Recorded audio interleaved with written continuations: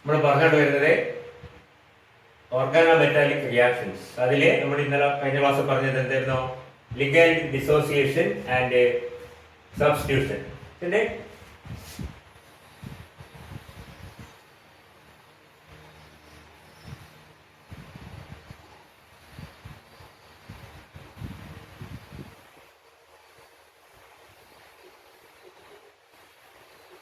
replacement, whatever it may be.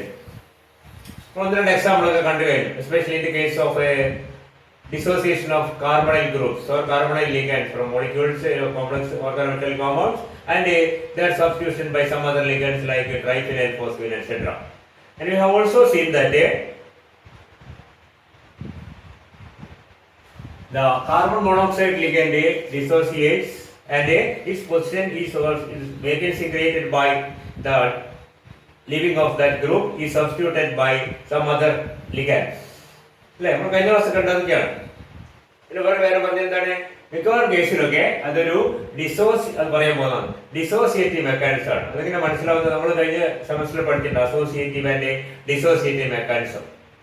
The dissociative mechanism, the leaving group first breaks away from the complex and then the entering ligand combines with the fragment that is left behind. നമ്മൾ കഴിഞ്ഞ സെമ്മിൽ പഠിച്ചാണ്. അതേപോലെ മിക്കവാറും കേസിലൊക്കെ കാർബണൈസിന്റെ case കാണുന്നത് എന്താണ്? അത് വളരെ clear ആണ്. Because the rate of the reaction is independent of the nature of the entering ligand. അതെന്താ കാണിക്കുന്നത്? That shows that the mechanism is predominantly dissociative. കഴിഞ്ഞ സെമ്മിൽ പഠിച്ച ഓർമ്മ ഉണ്ടാവും അല്ല?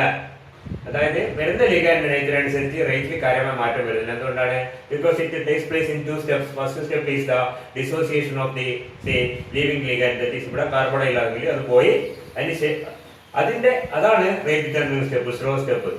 So then only the next group enters. That is the triphenyl, phosphine or some other groups enters only after dissociation. That makes it a predominantly dissociative mechanism which is almost independent of the nature of the entering group. നമുക്കറിയുന്നതാണ്. ഇനി എല്ലാ കേസിലും അങ്ങനെ ആവണമെന്നില്ല കേട്ടോ.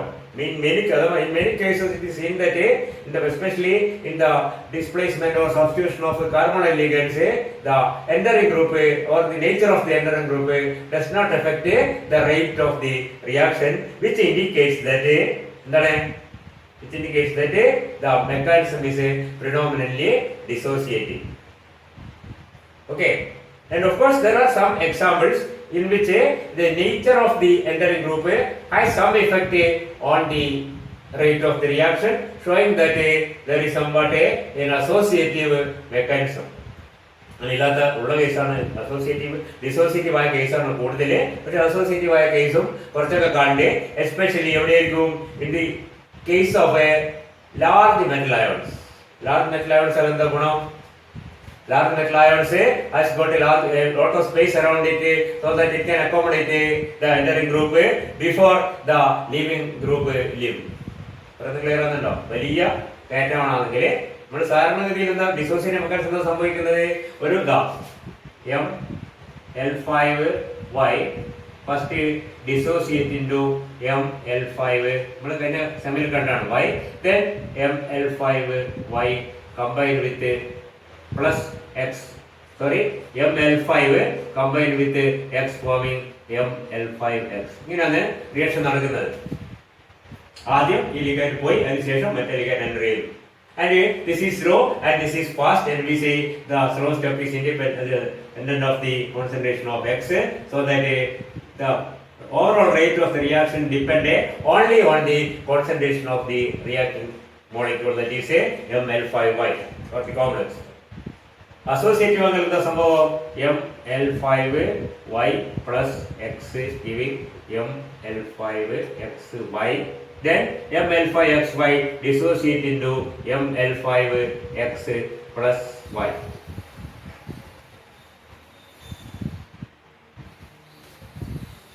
Here this is a slow step, and both this ML5Y and X, both the reactants are involved. In this mechanism the rate is independent of the concentration of the entering group, whereas in this mechanism rate depends on the nature of the entering group. ഇങ്ങനത്തെ case വളരെ കുറവാണ്. Carbonyl ഡിസോസിയേഷന്റെ case പ്രത്യേകിച്ച് കുറച്ചൊക്കെ ഉണ്ടാവുന്നത് എപ്പോഴാണ് ഉണ്ടാവുന്നത്? ഈ metal വളരെ വലുത്. കാരണം എന്താണ്? ഇവിടെ ഇത് ഒരു സമയത്ത് 7 ഗ്രൂപ്പിനത് അക്കോമഡേറ്റ് ചെയ്യണം. 5, 6, 7 ലിഗാൻഡ്. 6ാമത്തെ ലിഗാൻഡ് കൂടെ മറ്റേ 6ാമത്തെ ലിഗാൻഡ് എന്താണ് പോയി 5ഉള്ള ഗ്രൂപ്പിലേക്ക് ഒന്നും കൂടി വന്ന് 6 പോവാണ്. ഇവിടെ 6ാമത്തെ ലിഗാൻഡ് 7ാമത്തെ വന്നതിന് ശേഷം ഒന്ന് പുറത്തേക്ക് പോവാണ്. അപ്പൊ മെറ്റൽ ആറ്റം വളരെ വലുതായ കേസിലൊക്കെ പലപ്പോഴും it is seen that at least in some cases nature of the entering group also is affecting the overall rate of the reaction. സാധാരണഗതിയിൽ ഒന്നുകിൽ ഈ എം വലുതായിരിക്കോ അല്ലെങ്കിൽ എക്സ് ഹൈലി ന്യൂക്ലിയോഫിലിക് ആയിരിക്കോ ചെയ്യുമ്പോഴാണ് ഈ പറഞ്ഞ എക്സിന്റെ നേച്ചറും കൂടി അല്ലെ എക്സിന്റെ കോൺസെൻട്രേഷൻ കൂടി ആ റേറ്റിനെ ബാധിക്കുന്നത്. അത് പൊതുവെ കുറവാണെന്ന് മനസ്സിലാവും. കൂടുതലും ഈ ടൈപ്പ് റിയാക്ഷൻ ആണ്. ഈ ടൈപ്പ് റിയാക്ഷൻ വരുന്ന ഒന്നുകിൽ എം മെറ്റൽ ആറ്റം വളരെ വലുതായിരിക്കുക, large metal atom, or highly nucleophilic ligands. ഈ 2 കേസിലാണ് എക്സും കൂടി ആ റേറ്റിനെ ബാധിക്കുന്നത്. Okay, or here we can say the mechanism is somewhat associative, here it is dissociative. Okay, പിന്നെ ഒരു കാര്യം പറയുന്നത് നമ്മളിപ്പോ കാർബണൈൽ മാത്രമേ ഡിസോസിയേറ്റ് പോകുന്ന മറ്റു പല ഗ്രൂപ്പുകളും ഡിസോസിയേറ്റ് ചെയ്ത് ഓർഗാനോമെറ്റലിക് കോമ്പൗണ്ട്സിൽ ഒരുപാട് റിയാക്ഷൻസ് അങ്ങനെ ഉണ്ട്. നമ്മളിപ്പോ കാർബണൈൽ ഏറ്റവും കോമൺ ആയതുകൊണ്ട് എടുത്ത് പറഞ്ഞാൽ മാത്രമേ ഉള്ളൂ. For example, if you take the case of the complex like this,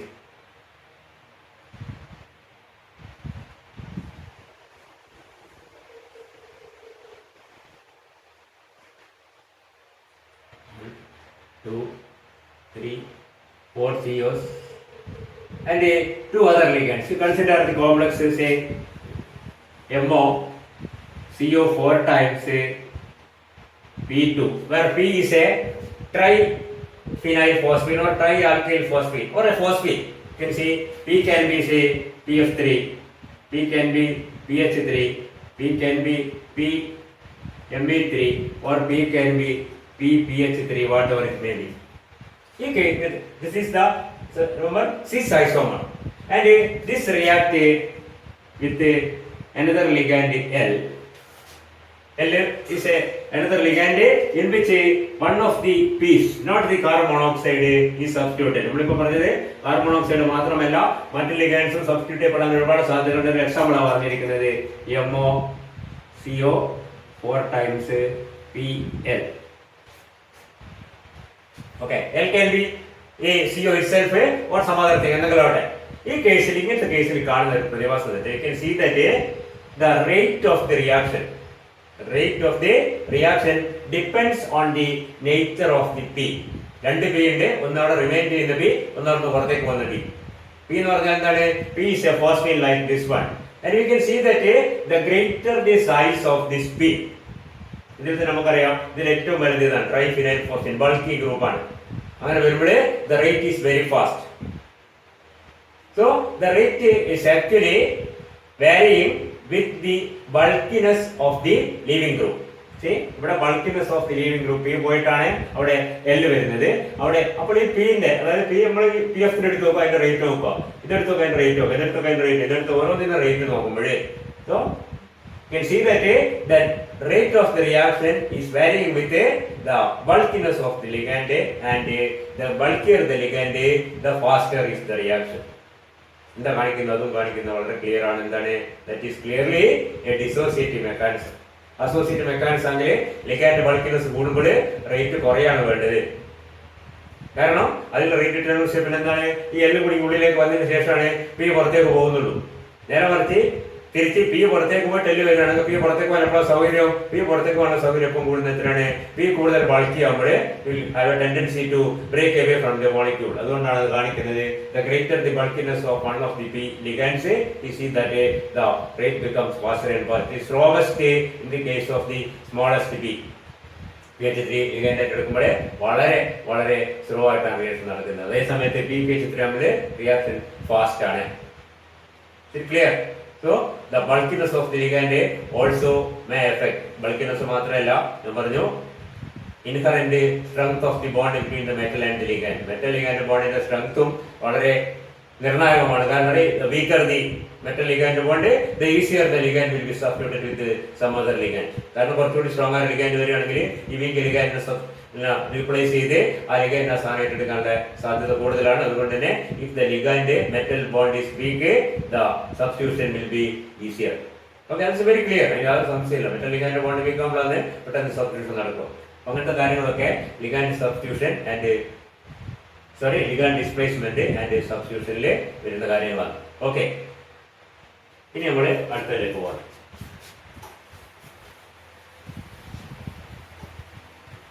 അടുത്തത് രണ്ടാമത്തെ റിയാക്ഷൻ. നമ്മൾ we are looking into the different types of organometallic reactions which are relevant to our further studies. നമ്മുടെ further പോർഷനായിട്ട് ബന്ധപ്പെട്ട അല്ലെങ്കിൽ നമ്മുടെ syllabus പറഞ്ഞിരിക്കുന്ന organometallic reactions ആണ്. ഒന്നാമത്തെ നമ്മൾ പറഞ്ഞു ligand dissociation and substitution.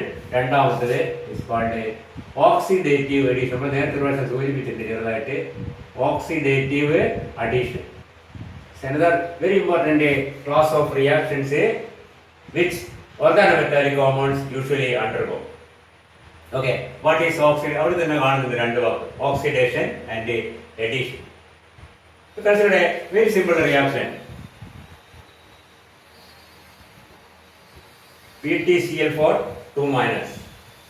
Okay, reacting with a chlorine forming PtCl6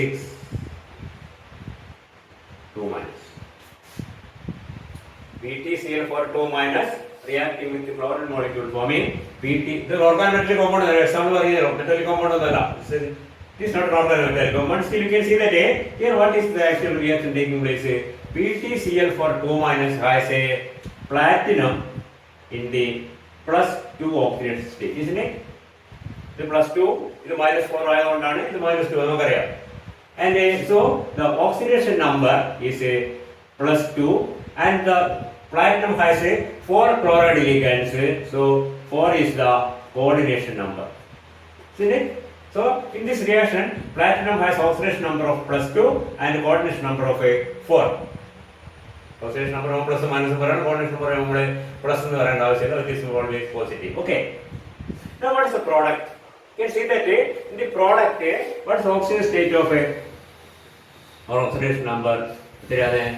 PtCl6 2-. There is a 2 negative charges outside. There are 6 negative charges inside. So platinum should have 4 positive charges. So it is a +4. Oxidation number is +4 and around the platinum 4 there are 6 chloride ligands. That means the coordination number is equal to 6. See it?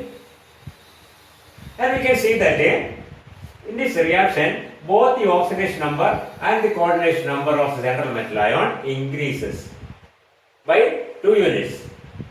Oxidation number 2 ൽ നിന്ന് 4 ആയി, coordination number 4 ൽ നിന്ന് 6 ആയി.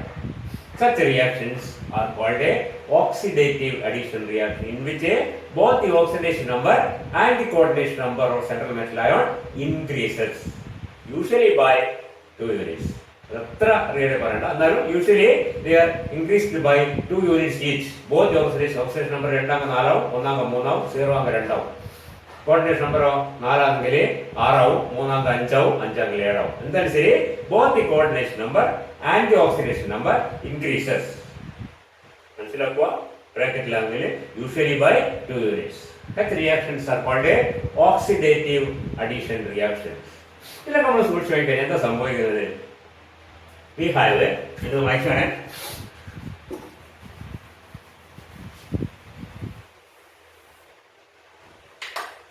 a platinum 2 surrounded by 4 chloride ions. Chloride now ligand ആയിട്ട് കണ്ടാൽ this is a chloride, this is a chloride donating a pair of electrons, this is a chloride donating a pair of electrons, this is the fourth chloride donating a pair of electrons, platinum 2, and we have a PtCl4 2-, no doubt. Now in the product it becomes a Pt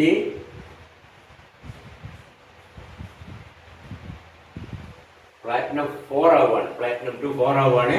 നേരത്തെ പോലെ തന്നെ ഒരു chloride, 2 chloride, 3 chloride, 4 പറയുന്നത് 6 chloride ion. കാരണം എന്താണ്, ഇതിൻ്റെ കൂടി ഒരു Cl2 കൂടി ചേരുമ്പോഴാണ് ഇത് PtCl6.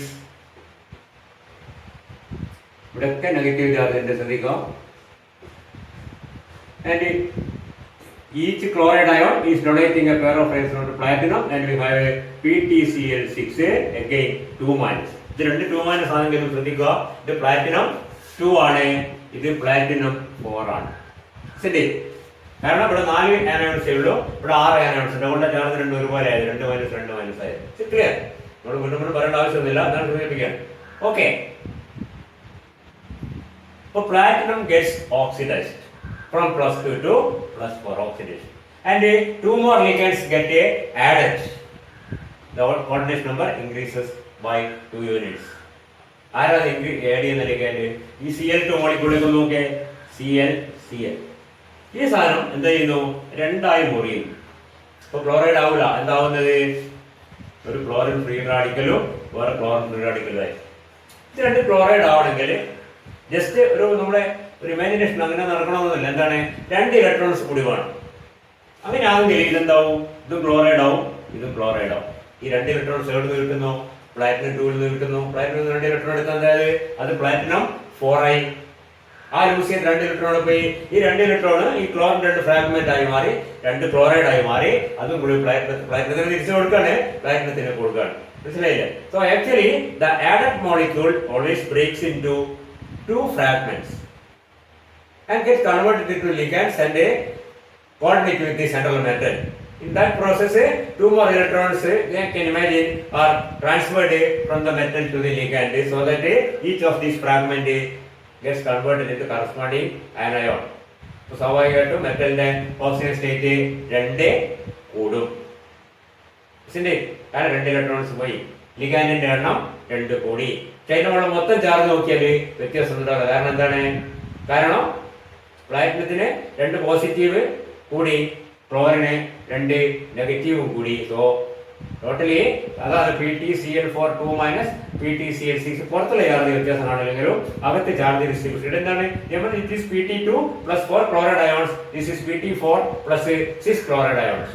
6 chloride ions, 2 chloride ion ഉണ്ടായിരിക്കുന്നത് എന്നോട് ആഡ് ചെയ്ത ക്ലോറിൻ മോളിക്യൂൾ ബ്രേക്ക് ചെയ്തിട്ടാണ്. ക്ലോറിൻ മോളിക്യൂൾ ബ്രേക്ക് ചെയ്താൽ 2 ക്ലോറൈഡ് ഉണ്ടാവില്ല, 2 ക്ലോറിൻ ഫ്രീ റാഡിക്കൽ ഉണ്ടാവും. എന്നോട് 2 ഇലക്ട്രോൺസ് കൂടി ചേർന്നാലാണ് 2 ക്ലോറൈഡ് ആവുക. അതാണ് സംഭവിക്കുന്നത്. Okay, very clear. നമ്മൾ ഓർഗാനിക് കോമ്പൗണ്ടിലേക്ക് പോയി കഴിഞ്ഞാൽ take an example.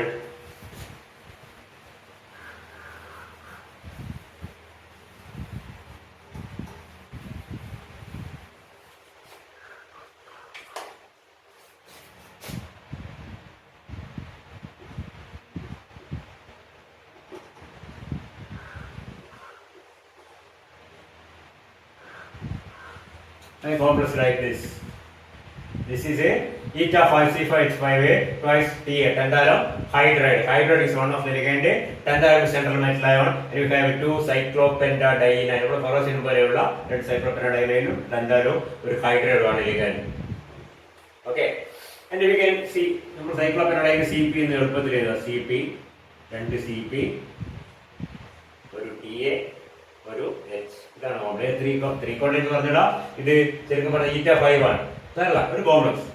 Okay, it react with hydrogen forming 5C5H5 twice Ta H3 ഇരിക്കുന്നത് നമ്മൾ മുമ്പ് ഓർമ്മയുണ്ട്. ഹൈഡ്രജൻ കോംപ്ലക്സ് പറഞ്ഞപ്പോൾ H2 നമ്മൾ എഴുതി കഴിഞ്ഞാൽ 2 വിധത്തിലാവാം. ഹൈഡ്രജൻ മോളിക്കൂൾ ആവാം, 2 ഹൈഡ്രൈഡ് ആവാം. മുമ്പേ പറഞ്ഞ ഓർമ്മയുണ്ടെങ്കിൽ ഹൈഡ്രജൻ ഡൈഹൈഡ്രജൻ കോംപ്ലക്സ് എന്നൊരു ചെറിയ സെക്ഷൻ പഠിക്കുന്നു, നമ്മൾ പറഞ്ഞിട്ടുണ്ട്. അതുകൂടെ ഭാഗം നിലവിടെ മനസ്സിലാക്കുക. 3 ഹൈഡ്രൈഡ് അയോണാണ്. 3 H3 മോളിക്കൂൾ ഒന്നുമില്ല. H2 ചെയ്താൽ ഇത് 2 ഹൈഡ്രൈഡ് ആണോ ഒരു ഹൈഡ്രജൻ മോളിക്കൂൾ ആണോ എന്ന് കൺഫ്യൂഷൻ വരും. അതുകൊണ്ട് ബ്രാക്കറ്റ് ഇടുന്നതാണ് കൂടുതൽ സൗകര്യം. അതുകൊണ്ട് ബ്രാക്കറ്റ് ഇട്ടിരിക്കുന്നത്. എനിവേ ഇങ്ങനെയായി മാറും. ഇവിടെ അങ്ങനെ ഇതാ eta 5C5H5 CP എഴുതി, CP2 TaH. ഇത് CP നമ്മൾ എളുപ്പത്തിൽ എഴുതുന്നതാണ്, കൊണ്ട് എഴുതാൻ പറ്റാത്തതുകൊണ്ട് gets converted into CP TaH 3 hydrogens. Here also we can see that in this reaction What's the oxidation number of tantalum here? If I have one hydride, negative, one cyclopentadiene, negative, another cyclopentadiene, മൂന്ന് negative charge സ്വാഭാവികമായിട്ട് മൊത്തത്തിൽ charge ഒന്നും കാണാത്തതുകൊണ്ട് ഇതെന്തായിരിക്കും? This is tantalum 3. And when come to the product, we can see that there are 5 negative groups. Cp minus ആണ്, ഇത് minus ആണ്, ഇത് minus ആണ്, ഇത് minus ആണ്, ഇത് minus ആണ്. That means the metal ion has oxidation state of number of plus 5. So here we see that the coordination number is 3, there it is 5. So it is clear. Both the coordination number and the oxidation number increased by 2 units in this organometallic compound, and we can see that this is a case of a oxidative addition. Oxidative addition. ഇവിടെ സംഭവിക്കുന്ന നേരത്തെ പറഞ്ഞ പോലെ ഈ H2 molecule രണ്ടായി break ചെയ്യാം. H2 break ചെയ്ത് രണ്ട് ഹൈഡ്രജൻ ആറ്റംസ് കിട്ടും, രണ്ട് ഹൈഡ്രജൻ ഫ്രീ റാഡിക്കൽസ് കിട്ടും. അതിന്റെ കൂടെ രണ്ട് ഇലക്ട്രോൺസ് കൂടി ചേർന്നിട്ട് ഇമാജിൻ ചെയ്യാം. അതുകൊണ്ട് വരുന്നു ടന്റാലത്തിൽ നിന്ന് വരുന്നു. ഓക്കെ, ടന്റാലം 3 എന്തായി മാറി? ടന്റാലം 5 ആയി മാറി. രണ്ട് ഇലക്ട്രോൺസ് അവിടെ പോയി, ഹൈഡ്രജന്റെ കൂടെ പോയി രണ്ട് ഹൈഡ്രൈഡായി. ആ രണ്ട് ഹൈഡ്രൈഡും ഈ ടന്റാലമായിട്ട് കോർഡിനേറ്റ് ചെയ്ത് becomes this Cp2TaH3 ഈ കോമ്പൗണ്ട് ആയി മാറി. ക്ലിയർ? ക്ലിയർ ആയോ? ഓക്കെ, അപ്പോൾ നമുക്കിവിടെ ഒരു കാര്യം നമ്മൾ നേരത്തെ കേസ് ഒന്നുകൂടി എടുക്കുക. PtCl4 2- combined with chlorine forming PtCl6 2-. This is platinum 2 and this is platinum 4. What is the electron count of PtCl4 2-? PtCl4 2 platinum is belongs to nickel group, so it is a D10 or Da-test or D10. There are 10 electrons for platinum, and it is platinum 2. That means it has 8 electrons only. Platinum 2 with 8 electrons, just like nickel 2, it has 8 electrons. 8 electrons plus 8 electrons donated by chlorides. So 8 plus 8 16 electrons by the oxidation state method. But oxidation state method ആണ് കൂടുതൽ സൗകര്യം. ഇവിടെ എത്രയാ? PtCl6 2- platinum 4 ആണ്, that is D6 ആണ്.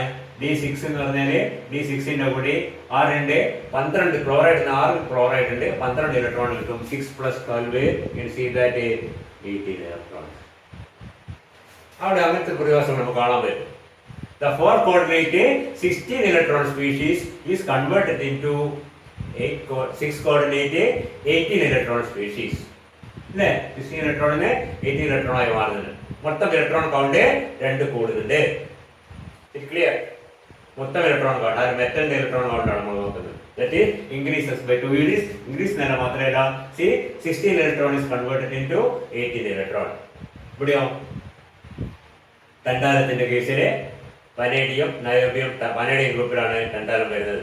That means ഇതാണ് T3S2 ആണ് tantalum. This is tantalum 3. That means 4 electrons മാത്രമേ ഉണ്ടാവും.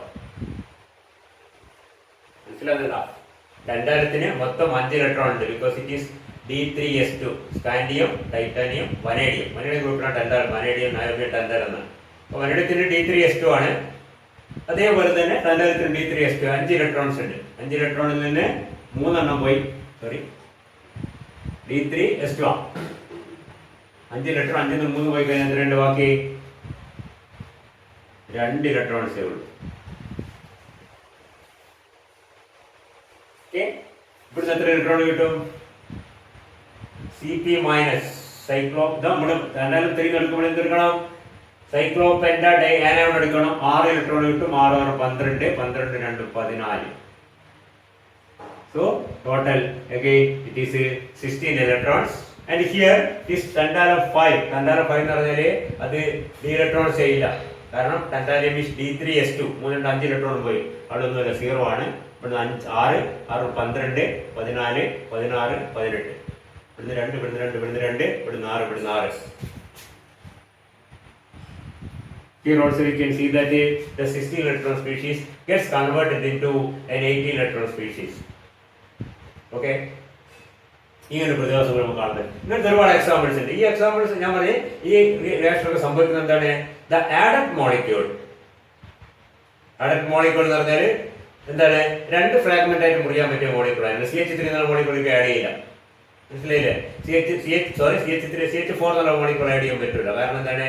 That cannot break into two. അത് CH3H ആയിട്ട് ബ്രേക്ക് ചെയ്യാം. എന്നാൽ പൊതുവെ ഇത്ര നമുക്ക് സാധാരണഗതി കാണുന്നത് molecules add are compounds like Ri, H2, Ri എന്നാൽ RH എന്നല്ല, ആൽക്കൈൽ ഹാലൈഡ്, ഹൈഡ്രജൻ അല്ലെങ്കിൽ ഹൈഡ്രജൻ ഹാലൈഡ് എന്നിവയുടെ എക്സാമ്പിൾ നമുക്ക് കണ്ടോണ്ടിരിക്കും. ഇതൊക്കെ രണ്ടായിട്ട് ബ്രേക്ക് ചെയ്യുന്നു. രണ്ടായിട്ട് ബ്രേക്ക് ഇപ്പൊ RX ബ്രേക്ക് ചെയ്യുന്നുണ്ടാവും CH3 and X halogen. CH3X break ചെയ്താൽ CH3 മൈനസും X മൈനസും ആയിട്ട് മാറും. അങ്ങനെ after getting 2 electrons അവിടെയാണ് ഓക്സിഡേഷൻ നടക്കുന്നത്. മെറ്റൽ 2 ഇലക്ട്രോൺ കൂടി കിട്ടിക്കഴിഞ്ഞാൽ CH3 മൈനസും 2 പ്രത്യേക ലിഗാൻഡ്സ് ആയിട്ട് 2 കൂടി മെറ്റലുമായിട്ട് കോർഡിനേറ്റ് ചെയ്യും. ഓക്കെ, അപ്പൊ ആ ഫ്രാഗ്മെന്റ്സ് ആയി മാറി കോർഡിനേറ്റ് ചെയ്യുന്ന ആ പ്രോസസ് ആണ് ഇവിടെ നടക്കുന്നത്.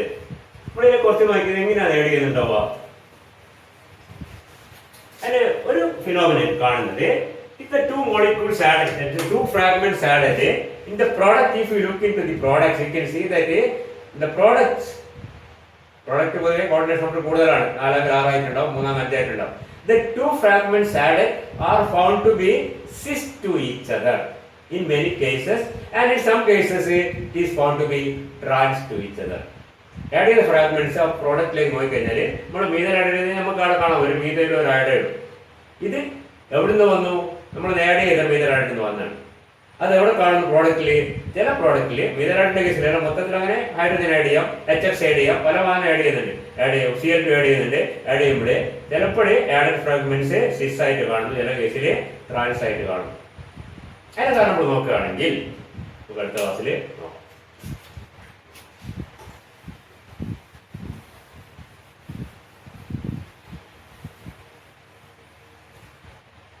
നമ്മുടെ ഫസ്റ്റ് യൂണിറ്റ് കഴിഞ്ഞു, സെക്കൻഡ് യൂണിറ്റ് കഴിഞ്ഞു, തേർഡ് യൂണിറ്റ് ആണ്. അപ്പോൾ ഫസ്റ്റ് യൂണിറ്റിൽ നമുക്കൊരു എക്സാം ആണ്. എക്സാമിന്റെ മോഡസ് ഓപ്പറാൻഡി എങ്ങനെ നമ്മൾ പിന്നെ മനസ്സിലാക്കും. തൽക്കാലം നിങ്ങൾ എക്സാമിനേഷൻ റെഡി ആവുക based on the unit 1. Okay, ഒന്നാമത്തെ യൂണിറ്റ് ആയ എന്തായിരുന്നു യൂണിറ്റിന്റെ പേര്? ഞങ്ങൾ മറന്നിട്ടുണ്ടാവും. ആ യൂണിറ്റ് ബേസ് ചെയ്തുകൊണ്ട് നമ്മൾ ഓർഗാനോമെറ്റാലിക് കോമ്പൗണ്ട്സിന്റെ first chapter, first unit compounds of cyclic and linear pi systems രണ്ടാമത്തെ യൂണിറ്റ് ആണ്. അതല്ല ആദ്യത്തെ യൂണിറ്റ്. മനസ്സിലായില്ലേ? ആ യൂണിറ്റിന്റെ ബേസ് ചെയ്തുകൊണ്ട് you will conduct an examination very soon within 2 or 3 weeks. കുറച്ച് സമയം തരാം. അപ്പോഴേക്ക് നിങ്ങൾ കാണാതെ ഭാഗങ്ങളൊക്കെ കാണി നോട്ടുകൾ കഴിഞ്ഞാൽ നോട്ട് ഞാൻ നേരത്തെ നിങ്ങൾക്ക് തന്നിട്ടുണ്ട്. വളരെ സൗകര്യമാണ്. ഒന്നുമില്ല, നോട്ട് വായിച്ച് പഠിച്ചാൽ മതി. സംശയം ഉണ്ടെങ്കിൽ അതിന് ബന്ധപ്പെട്ട ആ സെക്ഷൻ എടുത്ത് നോക്കി കഴിഞ്ഞാൽ മതി. ഒന്ന് ക്ലിയർ ആക്കിയിട്ട് നമുക്കൊരു പരീക്ഷ നടത്തണം. പരീക്ഷ ചിലപ്പോൾ വൈവേ ആയിരിക്കും, ചിലപ്പോൾ ഓൺലൈൻ എക്സാമിനേഷൻ ആയിരിക്കും. എന്താ നമുക്ക് പിന്നെ തീരുമാനിക്കാം. എന്തായാലും you get ready for the examination. Okay.